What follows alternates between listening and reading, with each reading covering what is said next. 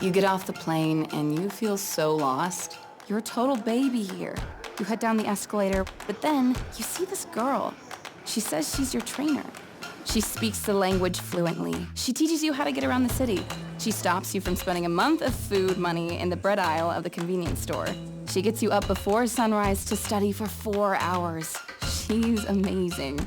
And she says someday you'll be training someone too.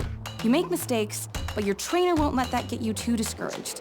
You've got to get good at this job if that'll ever happen. And what's the job? Knocking on doors. You work all day knocking on door after door. You just hope one person will answer and listen to what you have to offer, and that if they do, you won't have to eat something different. You collapse in your bed at 10 every night. You wake up at 6 every morning. You walk and bike the length of a marathon every day. You memorize the names of the families of hundreds of folks you're trying to teach. You make a list after list of goals and objectives. You collaborate on ludicrously detailed calendars to plan your weeks. You get really good at the language. But after everything else, that seems like the least of it. You're a lean, mean, problem-solving machine, and you're getting results. You eventually become a trainer. You help this girl figure out how to get around. You see, she's a lot like you were. She makes mistakes, but you won't let that get her too discouraged. You knock on more and more doors with her. And more doors start to open. And more than just hitting your goals, some doors lead to even more opportunities for teamwork and community service. You greatly exceed your mission president's expectations.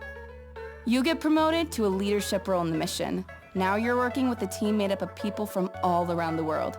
You're speaking regularly in front of different groups. You're collaborating with a huge team, all working towards the same objectives. Soon everyone is opening more doors. You've made the mission more organized. You've made the people's lives better. And you've made your colleagues more resilient and efficient. And you're better in almost every conceivable way. And you keep it going, nonstop, every day for 2 years. So after 2 years, when you go home, you take a minute to sleep in.